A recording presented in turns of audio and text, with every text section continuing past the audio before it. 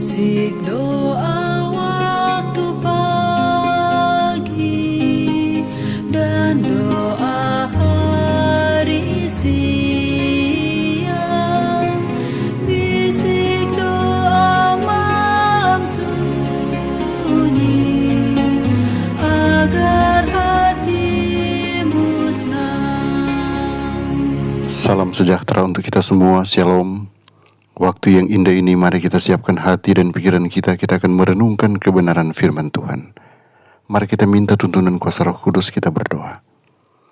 Bapa di sorga, kebutuhan kami saat ini ialah tuntunan kuasa Roh Kudus-Mu yang akan menuntun hati dan pikiran kami untuk memahami firman yang akan kami baca dan renungkan. Berfirmanlah lewat lidah hamba-Mu. Hamba selalu berdoa dan memohon berkat-Mu dalam nama Yesus. Amin. Renungan hari ini berjudul TBC masih membunuh saat ini. Ayat inti Matius 6 ayat yang ke-13. Dan janganlah membawa kami ke dalam pencobaan, tetapi lepaskanlah kami daripada yang jahat. Saya belum melihat Tina untuk sementara waktu. Saya kemudian mengetahui bahwa dia menderita TBC. Saya tidak bisa mempercayainya. Saya mengira penyakit itu telah punah bertahun-tahun yang lalu seiring dengan penemuan antibiotik. Saya salah. Tuberkulosis atau TBC adalah penyakit mematikan yang terkenal menakutkan. Itu telah dijelaskan ribuan tahun yang lalu dalam tulisan-tulisan kuno. Bukti pembusukan tuberkulosis telah ditemukan di tulang belakang mumi Mesir, dan penyakit ini umum terjadi baik di Yunani kuno dan Kekaisaran Roma. Baru-baru ini, TBC menyebabkan kematian John Cage, Robert Louis Stevenson, dan Frederick Chopin. Selama ribuan tahun, tidak diketahui bahwa bakteri adalah penyebab penyakit ini.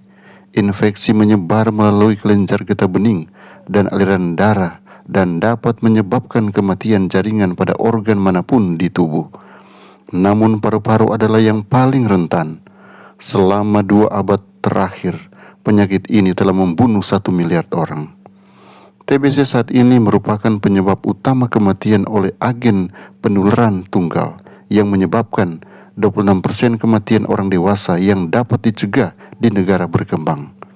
Diperkirakan ada 8 juta kasus baru tuberkulosis dan 3 juta kematian akibat TBC per tahun. Ini berita buruknya. Bentuk bakteri baru dan sangat resisten yang menyebabkan TBC sudah muncul, menciptakan bahaya kesehatan masyarakat di daerah kumuh di banyak kota-kota besar.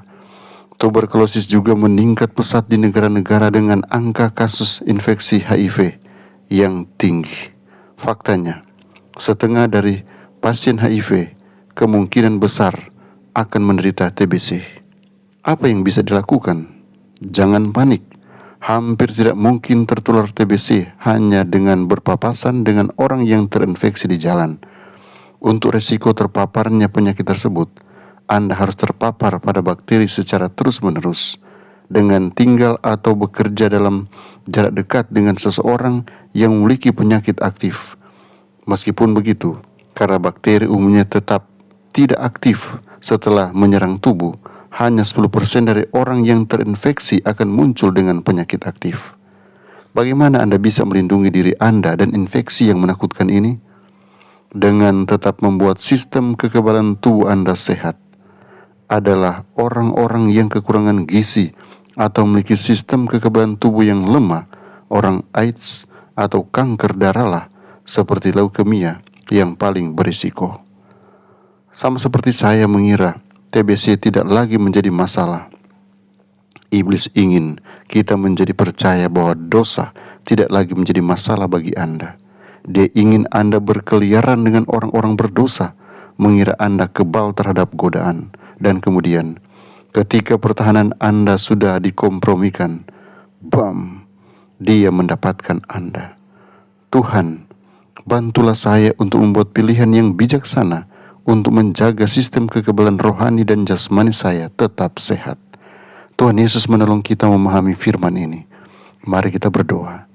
Dengan penuh ucapan syukur kami datang di kaki salib-Mu.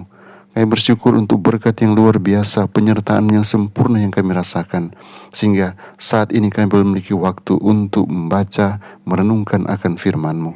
Kiranya boleh menolong kami tetap hidup sehat, dan kami akan menjaga pola hidup kami sesuai dengan rencana Tuhan. Bahkan kami tidak akan menganggap bahwa dosa ini adalah masalah sepele. Dosa adalah masalah serius yang setan tawarkan di tengah-tengah kami. Karena itu, tolonglah kami untuk kami boleh menghindar sejauh mungkin untuk melakukan dosa. Kami akan fokus untuk melakukan kebenaran firman-Mu. Kami menyerahkan umat-umat Tuhan dimanapun mereka berada ke dalam tangan-Mu. Berikan kekuatan iman kepada mereka. Jadikan mereka anak Tuhan yang menang setiap waktu. Karena kami hanya mengandalkan Engkau dan menyerahkan hidup kami seutuhnya di dalam nama Yesus, nama yang indah, Tuhan dan Juru Selamat kami. Amin.